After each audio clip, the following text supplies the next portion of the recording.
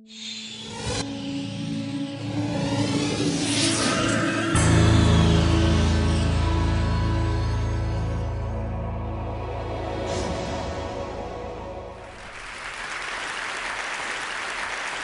want to say that really and truly, after these incredible speeches and ideas that are being spread, I am in the awkward position of being here to talk to you today about television.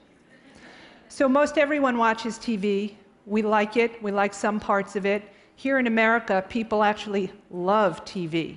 The average American watches TV for almost 5 hours a day, okay? Now, I happen to make my living these days in television, so for me, that's a good thing. But a lot of people don't love it so much. They, in fact, berate it. They call it stupid, and worse, believe me. My mother, growing up, she called it the idiot box. But my idea today is not to debate whether there's such a thing as good TV or bad TV. My idea today is to tell you that I believe television has a conscience. So why I believe that television has a conscience is that I actually believe that television directly reflects the moral, political, social, and emotional need states of our nation. That television is how we actually disseminate our entire value system. So all these things are uniquely human, and they all add up to our idea of conscience. Now, today we're not talking about good and bad TV. We're talking about popular TV. We're talking about top 10 Nielsen-rated shows over the course of 50 years.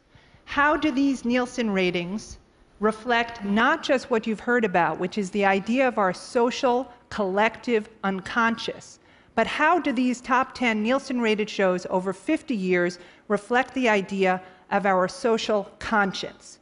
How does television evolve over time, and what does this say about our society? Now, speaking of evolution, from basic biology, you probably remember that the animal kingdom, including humans, have 4 basic primal instincts. You have hunger, you have sex, you have power, and you have the urge for acquisitiveness. As humans, what's important to remember is that we've evolved over time to temper or tame these basic animal instincts, right? We have the capacity to laugh and cry. We feel awe. We feel pity. That is separate and apart from the animal kingdom. The other thing about human beings is that we love to be entertained, right?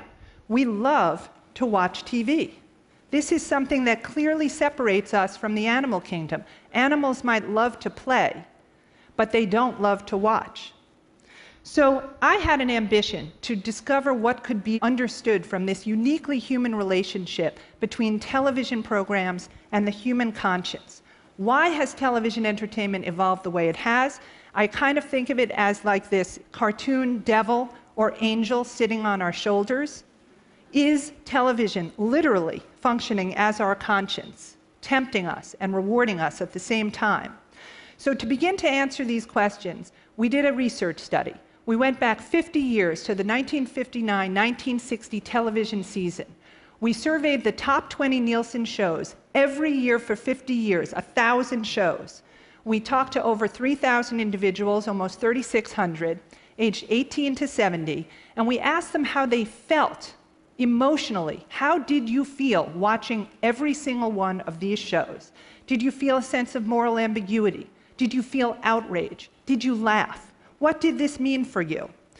So to our global TED audiences, I want to say that this was a US sample, but as you can see, these emotional need states are truly universal, and on a factual basis, over 80% of the US's most popular television shows are exported around the world, so I really hope our global audiences can relate.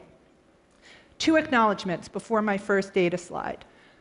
For inspiring me to even think about the idea of conscience and the tricks that conscience can play on us on a daily basis, I thank the legendary Rabbi Jack Stern. And for the way in which I'm going to present the data, I want to thank TED community superstar Hans Rosling, who you may have just seen. Okay, here we go. So here you see, from 1960 to 2010, the 50 years of our study, 2 things we're going to start with. the inspiration state and the moral ambiguity state, which for this purpose, we defined inspiration as television shows that uplift me, that make me feel much more positive about the world. Moral ambiguity are television shows in which I don't understand the difference between right and wrong, okay? As we start, you see in 1960, inspiration is holding steady. That's what we're watching TV for. Moral ambiguity starts to climb. Right at the end of the 60s, moral ambiguity is going up. Inspiration is kind of on the wane. Why? The Cuban Missile Crisis, JFK is shot, the Civil Rights Movement, race riots, the Vietnam War, MLK is shot, Bobby Kennedy is shot, Watergate, right? Look what happens. In 1970, inspiration plummets, moral ambiguity takes off, they cross, but Ronald Reagan, a telegenic president, is in office. It's trying to recover. But look, it can't. AIDS, Iran-Contra, the Challenger disaster, Chernobyl. Moral ambiguity becomes the dominant meme in television from 1990 for the next 20 years. Take a look at this. This chart is going to document a very similar trend. But in this case, we have comfort, the bubble in red, social commentary and irreverence in blue and green, okay? Now this time on TV, you have Bonanza, don't forget. You have Gunsmoke, you have Andy Griffith, you have domestic shows all about comfort. This is rising, comfort stays whole, irreverence starts to rise, social commentary is all of a sudden spiking up. You get to 1969, and look what happens. You have comfort, irreverence, and social commentary not only battling it out in our society, but you literally have two establishment shows. Gunsmoke and Gomer Pyle in 1969 are the #2 and #3 rated television shows. What's #1? The socially irreverent hippie show, Rowan and Martin's Laugh-In. They're all living together, right? Viewers had responded dramatically. Look at this green spike. In 1966, to a bellwether show. When you guys hear this industry term, a breakout hit, what does that mean? It means in the 1966 television season, the Smothers Brothers came out of nowhere, right? This was the first show that allowed viewers to say, my God, I can comment on how I feel about the Vietnam War, about the presidency through television? That's what we mean by a breakout show. So then, just like the last chart, look what happens. In 1970, the dam bursts. The dam bursts. Comfort is no longer why we watch television. Social commentary and irreverence rise throughout the 70s. Now look at this. The 70s means who? Norman Lear. You have All in the Family, Sanford and Son, and the dominant cynical show in the top 10 for the entire 70s, MASH. In the entire 50 years of television that we studied, 7 of the 10 shows ranked most highly for irreverence appeared on air during the Vietnam War.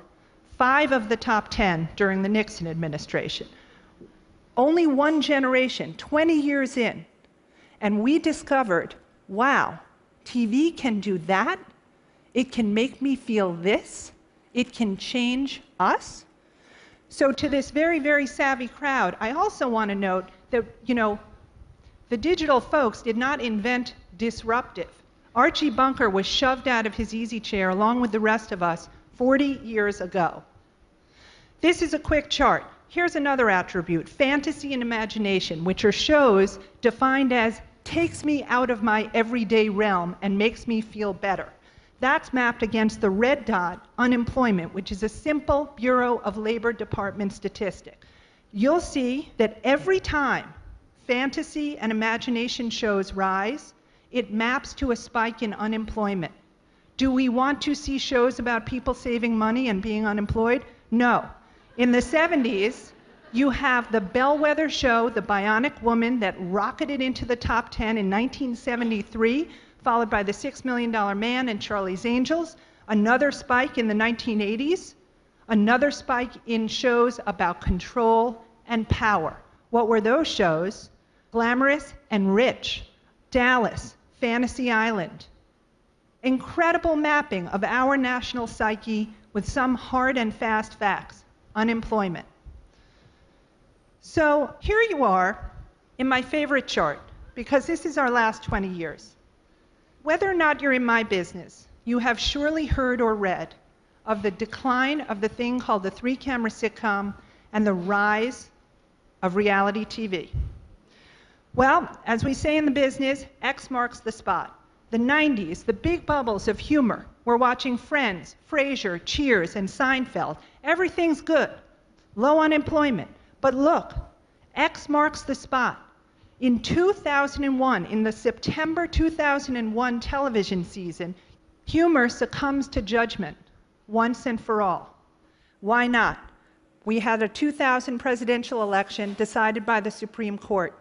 We had the bursting of the tech bubble. We had 9/11. Anthrax becomes part of the social lexicon. Look what happens when we keep going.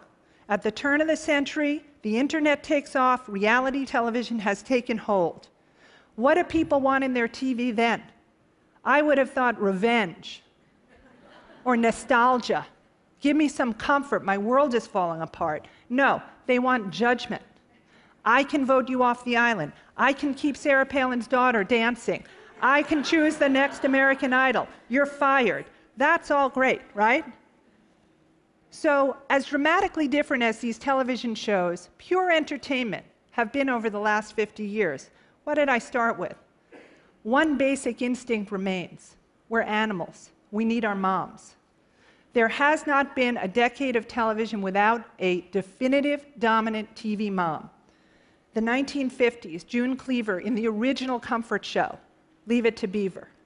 Lucille Ball kept us laughing through the rise of social consciousness in the 60s.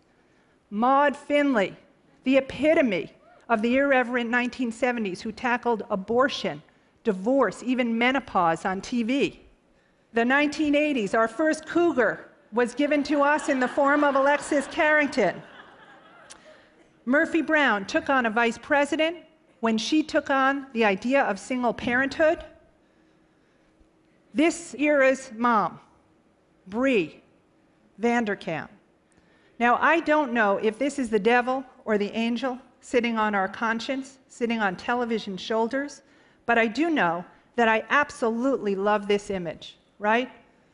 So to you all, the women of TED Women, the men of TED Women, the global audiences of TED Women, thank you for letting me present my idea about the conscience of television, but let me also thank the incredible creators who get up every day to put their ideas on our television screens throughout all these ages of television.